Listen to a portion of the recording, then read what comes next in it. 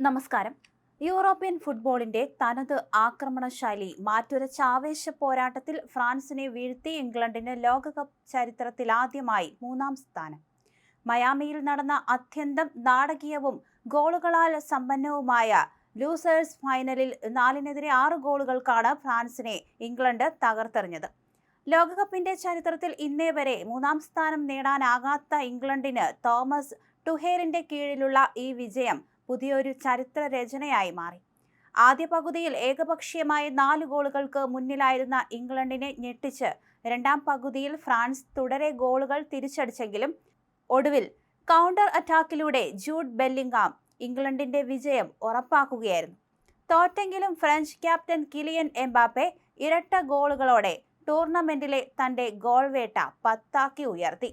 ഇതോടെ ലയണൽ മെസ്സിയെ മറികടന്ന് ലോകകപ്പ് ചരിത്രത്തിലെ എക്കാലത്തെയും മികച്ച ഗോൾ വേട്ടക്കാരൻ എന്ന റെക്കോർഡും താരം സ്വന്തമാക്കി.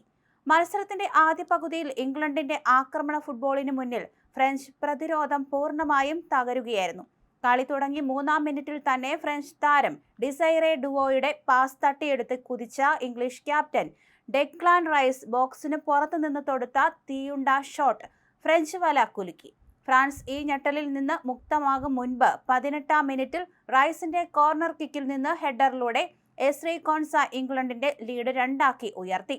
തുടർന്ന് അറ്റാക്കിംഗ് മിഡ്ഫീൽഡർമാരായ ബെല്ലിംഹാമും എസയും ചേർന്ന് നയിച്ച മുന്നേറ്റങ്ങൾ ഫ്രാൻസിനെ നിഷ്പ്രഭമാക്കി.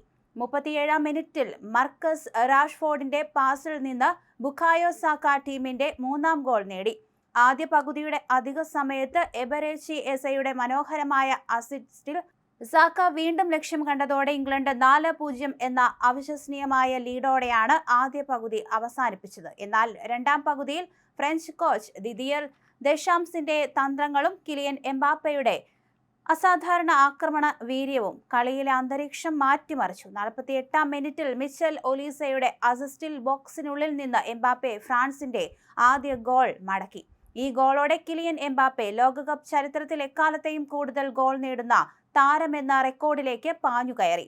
ഫ്രഞ്ച് ആക്രമണത്തിന്റെ മൂർച്ച കൂട്ടിക്കൊണ്ട് 54-ാം മിനിറ്റിൽ എംബാപ്പയുടെ പാസിൽ നിന്ന് യുവതാരം ബ്രാഡ്ലി ബാർക്കോള ഫ്രാൻസിന്റെ 2-ാം ഗോൾ നേടി. ഇതോടെ ടൂർണമെന്റിൽ എംബാപ്പയുടെ അസിസ്റ്റുകളുടെ എണ്ണം 4 തൊട്ടു പിന്നാലെ 66-ാം മിനിറ്റിൽ ഒലീസയുടെ പാസിൽ നിന്ന് എംബാപ്പെ തന്റെ 2-ാം ഗോളും കണ്ടെത്തിയതോടെ ഫ്രാൻസ് 4-3 എന്ന നിലയിലേക്ക് ഇംഗ്ലണ്ടിനൊപ്പം എത്തി. ഈ ഗോളോടെ ഈ ലോകകപ്പിൽ 10 ഗോൾ തികച്ച എംബാപ്പെ ഗോൾഡൻ ബൂട്ട് പോരാട്ടത്തിൽ മെസ്സിയെ പാടെ പിന്നിലാക്കി.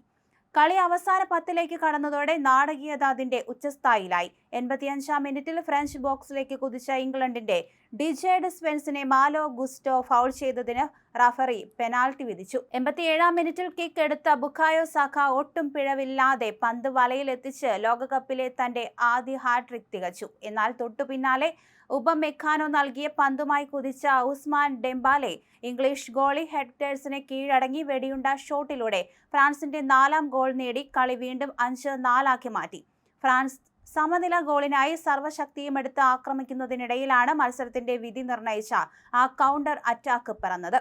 പ്രതിരോധത്തിൽ നിന്നും പന്തുമായി മിന്നൽ വേഗത്തിൽ കുതിച്ച ജൂഡ് ബെല്ലിംഹാം ഫ്രഞ്ച് പ്രതിരോധ നിരയെ വെട്ടിച്ച് ബോക്സിനുള്ളിലേക്ക് കട്ട് ഇൻ ചെയ്ത് തൊടുത്ത ക്ലിനിക്കൽ ഫിനിഷിംഗ് ഫ്രഞ്ച് വലയുടെ കോണിൽ തറഞ്ഞു. ബെല്ലിംഹാമിന്റെ ഈ മനോഹര ഗോളോടെ ഫ്രാൻസിന്റെ എല്ലാ തിരിച്ചുവരവ് പ്രതീക്ഷകളും അവസാനിച്ചു.